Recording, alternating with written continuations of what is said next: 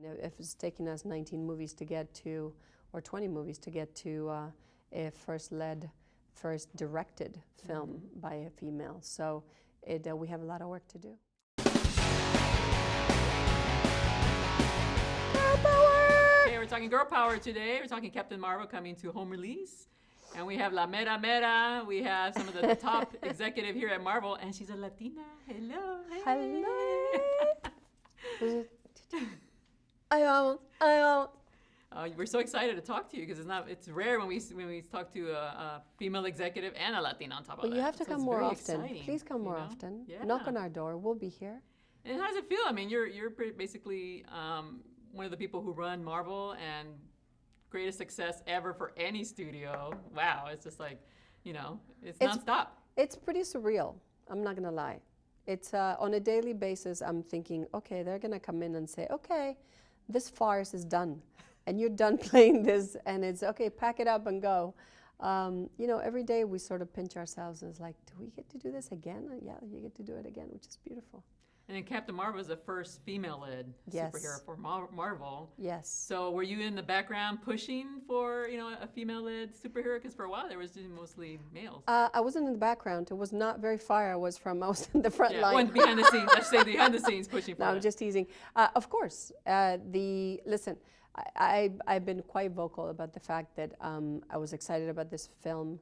I've always said for my daughter, if there's a legacy to be left behind, that Black Panther was one pillar and Captain Marvel was another, and that we will be able to create and build a beautiful structure of diversity and inclusion on that. So yeah, for sure. Always pushing diversity and always pushing the balance, really. Don't forget, I mean, if it's taking us 19 movies to get to, or 20 movies to get to a first directed film by a female. So we have a lot of work to do.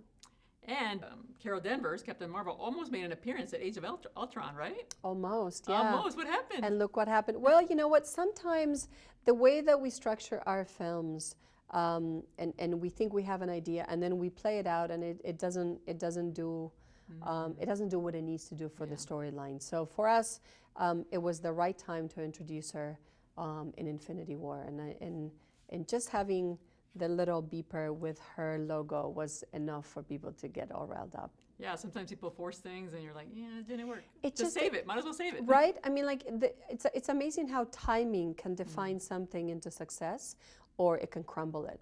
And we try things all the time. When you'll see in the DVD, there's a bunch of scenes that you go, oh my God, that would have been so awesome to see in the film. But when you think about this scene in particular in the film, it doesn't play out for the structure and for the rhythm of the film. So that's why we get to give it to you as extras. Yes, and we can't wait to see the extras. They're coming. Those are the best parts.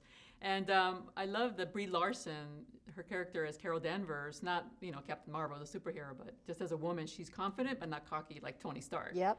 And I was like, that's how we all, las mujeres, they need to be like that, Don't take any crap from anybody. I think that she goes on a journey of trying to learn to listen to herself. Yeah. And I think that for us, that was the most important thing, that you, in your gut, you know it. You know what it is. You're busy listening to other voices. And if there's one message for me for young women out there, is like, listen to yourselves. Stop listening to the outside world. Stop listening to institutions. Stop listening to people that are in power in your life, whatever that power is that you have handed to them for some reason. But listen to yourselves, because we know in our guts what we need to do for ourselves. And that's the most successful truth of who you will become. Right. And lastly, what is your favorite bonus scene?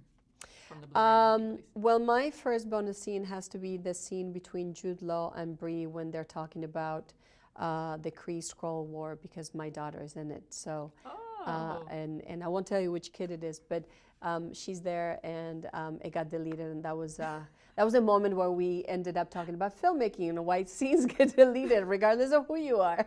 What did your daughter say? And she saw it, and she loves it, and she's embarrassed by it all at once. How cute. Can't wait to, I'm going to look for that one. Look for that.